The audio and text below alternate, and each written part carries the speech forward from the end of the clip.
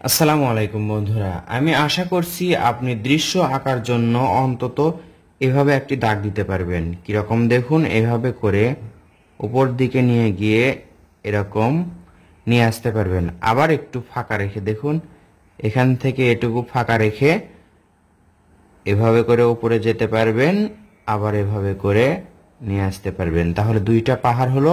দুইটা পাহাড়ের মাঝে আমরা একটি ঝর্ণা আঁকবো। এভাবে করে দাগ দিব, একটু বাঁকা, সামান্য বাঁকা করে দিব এই রকম।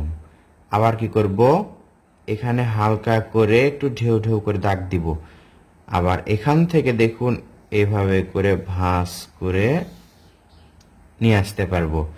একই রকম করে এখানেও ভাঁজ করে এভাবে দিব। খেয়াল করুন, এখানে কিন্তু দৃশ্য আঁকা শেষ।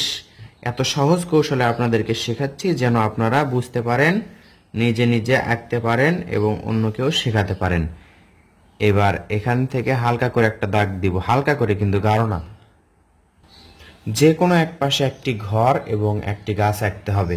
তো আমরা এই পাশে বেছে নিলাম, এই পাশে একটি ঘর আঁকবো। ঘরটা কিভাবে আঁকতে হয়, সহজ কৌশলে আমরা ঘর আঁকবো। এভাবে ত্রিভুজের মতো করে দিয়ে, এই তো এটা একটু একটা ঘরের চালা প্রথমে আঁকলে ঘর আঁকা সহজ হয়। আমি বরাবরই এই নিয়মেই শেখাই যেন আপনারা সহজেই একটি সুন্দর ঘর আঁকতে পারেন। দৃশ্য আঁকতে হলে এটাকে কঠিন করা যাবে না, সহজ করে আঁকা শিখতে হবে এবং ছোটদেরকেও শেখাতে হবে। কঠিন দৃশ্য যেটা অনেক সুন্দর সেটা এঁকে কি লাভ, যেটা দেখে মানুষ শিখতেই না পারলো।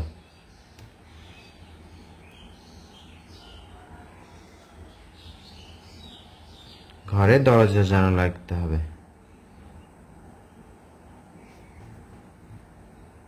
আর এই পাশে আমরা একটি গাছ আঁকবো। গাছ আঁকা অনেক সহজ। ভি এঁকে নিচের দিকে একটা দাগ, এখান থেকে আরেকটা দাগ, এই তো শিকড় আমরা আঁকলাম। এখান থেকে ঘুরে ঘুরে উপর দিকে যাবে, আবার এটা এখানে লেগে যাবে। এটা এই দুইটাতে দাগ মিলে দিলাম।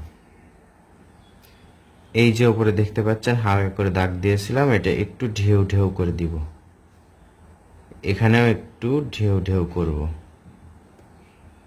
আর এই দাগটা এখন আমরা স্পষ্ট করব। তো দেখুন, সহজ কৌশলে আপনাদেরকে সুন্দর একটি দৃশ্য এঁকে দেখালাম। আমরা যদি চাই এখানে একটি সূর্য আঁকতে পারি। অবশ্যই গোল করতে হবে, আস্তে আস্তে করে ঘোরাতে হবে। এই তো সুন্দর একটি সূর্য হলো।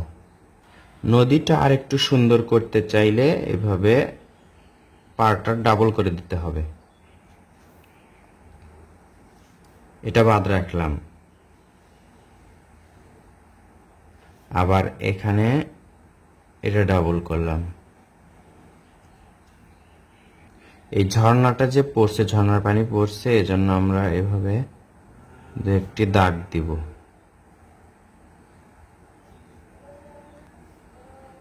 তো বন্ধুরা, আশা করছি আপনাদেরকে শেখাতে পারলাম কিভাবে সহজ কৌশলে সুন্দর একটি দৃশ্য আঁকতে হয়। চাইলে আপনারা এটাতে রং করতে পারেন, রং করলে দৃশ্যটি সুন্দর লাগবে।